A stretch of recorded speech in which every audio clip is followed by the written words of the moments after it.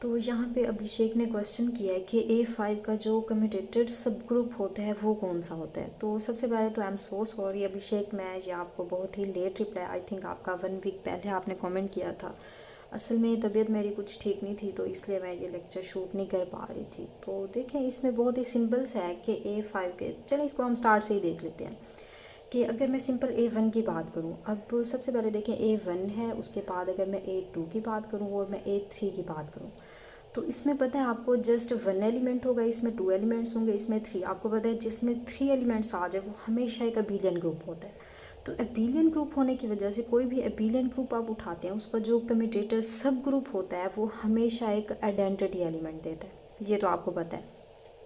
अच्छा, अब देखें ऐसा हो क्यों रहा होता है, क्योंकि सबसे पहले तो ये भी देख लें कि कम्यूटेटर, आपको वैसे आइडिया होगा कि कम्यूटेटर सब ग्रुप क्या होते हैं। ऐसे सब ग्रुप जिसके अंदर एलिमेंट्स जो होते हैं वो इस फॉर्म में पड़े होते हैं, ऐसे होता है ना। तो जब एबिलियन ग्रुप हो जाए मतलब वो कम्यूट कर जाते हैं। तो मतलब यहाँ पे मैं इसको लिख सकती हूँ ना, ये ए, अगर मैं ए इन्वर्स यहाँ लगा दूँ बी, मतलब ए बी इक्वल बी है, मतलब मैं यहाँ पे कम्यूटेटिव प्रॉपर्टी होल्ड कर सकती हूँ एबिलियन ग्रुप्स के अंदर।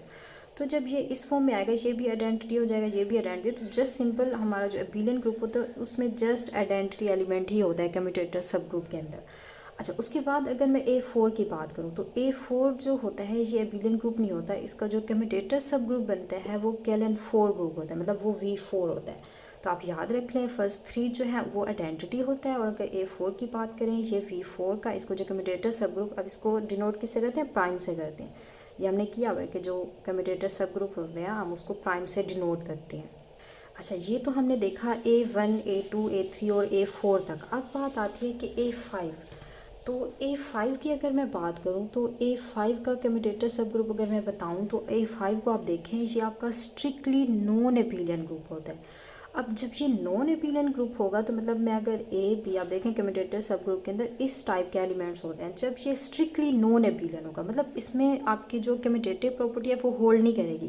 तो जब कम्यूटेटिव प्रॉपर्टी ही होल्ड नहीं करेगी, कोई ऐसा से आप स्ट्रिक्टली नॉन एबिलियन होने का मतलब कि उसमें कोई एक भी ऐसा एलिमेंट, कोई 2 ऐसे एलिमेंट नहीं मिलेंगे जिसके अंदर मतलब हमारी ये कम्यूटेटिव प्रॉपर्टी होल्ड कर जाए। तो स्ट्रिक्टली नॉन एबिलियन होने की वजह से इसके जो कम्यूटेटर सब ग्रुप बनेंगे वो हमेशा इटसेल्फ आएगा। मतलब कि A5 का अगर आप कम्यूटेटर सब ग्रुप फाइंड करें तो वो A5 आएगा।